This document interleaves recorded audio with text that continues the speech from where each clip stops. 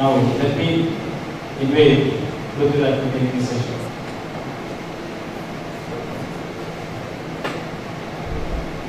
Good afternoon, everyone. It's an honor to be talking here about so many educationists and so many senior Montessorians. It's also always a bit scary talking in front of ma'am. There's always a feedback session post any talk that happens in front of her. But it's a learning experience for us, and this is the way to learn for us from our seniors, and our understanding grows every day when we have more interactions with customers, with suppliers, with colleagues, with seniors, with Montessori startups. And it's been a long journey for us. I'm basically from Kiddo Enterprises, and we've been around for 20 years now. And it's been a long journey and a long association with IMC. And we've had Mrs. Mridula as a mentor for us, always with the whip, making sure we stick to what we're promising. And I think we've come a long way in terms of quality as well, thanks to all the mentoring. So we've had a lot of discussion in the morning session on the Montessori philosophy, and I think we've pretty much all of us here have got here some amount of gist of what Montessori really is all about. And I'm going to talk about it from the material perspective, because that's where we are coming from. I'd just like to show you a picture that we have which has made a deep impact on us, which is our present education system. Starting from Einstein times, unfortunately we're still living on the legacy left behind by the Britishers, where we have a single standardized structure across schools across India from Jammu to Kanyakumari, where we have the same set of standards. And every child has to conform to this no matter what. So there is a prescribed set, and as the slide says, if you're going to ask a fish to climb trees, he's going to struggle. So, sorry, I think we'll just continue without that. So essentially the education system is where it is today because of what happened pre-independence time, and we're just continuing. So there have been reforms over the last 10 years, 15 years especially. We are seeing a huge change, a lot more awareness brought into India from outside, from within India, from experience. And we are happy to see the positivity that's happening on the Indian education scene. Now coming to Montessori. It's been around in India for a long time now, and we've had huge discussions on the philosophy of Montessori. So essentially some core aspects that we've discussed in the morning, I think which will come across very clearly to all of us, is things like it is a child-centric philosophy. It does follow the child, it gives a lot of freedom. There is one important thing, is it has mixed age grouping, which means one thing that I think wasn't mentioned due to lack of time in the morning is there's a huge amount of social interaction which happens in the classroom. So the class is a social environment, the class is a cognitive environment, you're learning academics, you're learning social interaction. There's a whole lot of things that's happening in the child's life in the Montessori environment. Now we go to any system, whether it's education or anything, at the center of the system, there has to be a philosophy, there has to be a guiding force that drives the system. It's a complete picture. You may have several critical areas. Now, as far as early education is concerned, in the early areas, as discussed by one of the speakers in the morning, there are several names today. There's Waldorf, there's multiple intelligence. There are so many names which are floating around today. Now, for any system to work in early years, you have to have a core philosophy. And for implementing the philosophy, you have to have a clear set of objectives. This is what I'm trying to do with the child. This is where I am, and this is where I'm going to be. You have to have a method. How am I going to achieve this? You have to have implements, which is the materials. What are the tools that I'm going to use? Okay, I want the child to be ABC. How am I going to achieve it? And most important of all are the teachers, the directors, the facilitators who are going to help us achieve these objectives. So any early years education system has to have all of this as part of it. Now, unfortunately, in every other system other than Montessori, you don't have these interlinkages. You either have a philosophy, or you have kindergarten materials, or you have teachers who are trained from a nursery teacher training institute. nowhere is there a system which binds all of this together.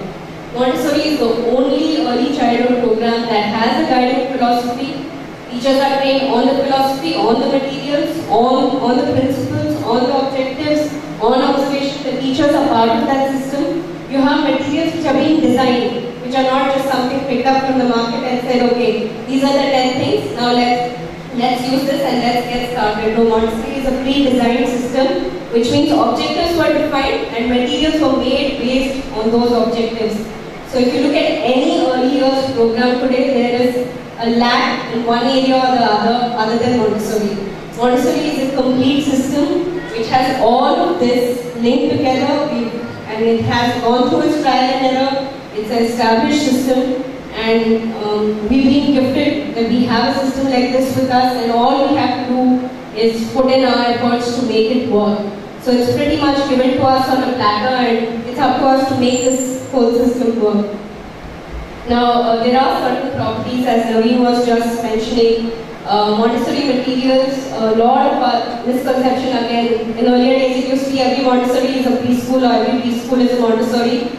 So also with Montessori materials, anything that's a puzzle, anything that's an activity-based method is a Montessori material. No, it's not true. Every activity-based material doesn't become a Montessori material. Montessori has certain prescribed properties that the material must carry with it. And these are some of the code. It has to be self-correcting. There is control of error built into the materials. You won't have to pick tasks, do ground stress in an environment. There's no redundancy in the material or in the environment, which again instills social discipline in the child. There is every material is linked. So I don't have 10 different things, which I say one day I do a puzzle, tomorrow I do stacking, day after I do something else. That's not the way it is. There is a clear sequence. The teachers are being trained with the material, so they also are very clear, okay, I know what's going to come next. So there's no confusion in anyone's mind, either the child's mind or the teacher's mind. And a lot of the materials are very exploratory, so there's ample opportunity for the children to learn just beyond, it's not just that if I finish stacking, this toy is over, let me put it away, there's no more use for it. No, there is use for it at every stage. And at each stage there is a purpose. It's not that I can use this and build a train or build a tower, that's not what it is. There is an inner aim to each material, and every material is trying to achieve that inner aim. And in terms of what is it, how can you make the child work, what draws the child to the Montessori materials? Very, very rarely you will see in a Montessori environment somebody going and saying, you have to work with this. The child is drawn to the Montessori materials. And that's because of its inherent properties. It's beautiful, it's attractive, it looks extremely inviting. It doesn't look like the toy that I see at home. It looks very important. It looks like work to me, and I want to pick it up and start working with it. And that's a basic inherent necessity of a Montessori material. Another aspect that we have to address often in office when people come across to us is we get this question very often, especially in the last 1 year, can I have some Montessori CDs, can I have some Montessori applications, what's the software that I can use to implement Montessori? So I think I'd like to go back to the evolution times, and man started developing when he started using his hands. His brain was developing anyway, and that was differentiating him from the animals. But the day the man started using tools, using his fingers, using his implements, that's the day his brain started working faster, and that's where we're all coming from. We're coming from that. And today we seem to want to go back to those times and say, let me stop using my hands, let me go into passive learning mode again, let's just play nursery rhymes on the screen. The CDs teach him about fingers and numbers and 1, 2, 3, 4, 5. Let's play that and teach him the concept. That doesn't work. We're going back, regressing big time. Unfortunately, after coming forward such a long way from blackboards and chalks and so much struggle, we're going all the way back to the smart boards and losing all that we've learned over the past so many years. So I think it's very critical that we understand in early years, digital learning is a big no-no for most educationists, and I think all we want to do, if at all, is maybe expose them, which I think anyway all the children are getting to see enough of TV or gadgets at home. So I think preschools, which if you take the top 10 preschools in the world, I don't think any of them would have any digital gadgets in their environment. So this is about digital toys, which is a question we've had to answer pretty regularly. And so coming back, I think we're running short of time, so we'll just wrap it up with I'll just brief about Widow Enterprises. As I said, we're a 20-year-old organization, and we've laid a huge amount of emphasis on quality, because Montessori, the backbone for Montessori materials is the quality.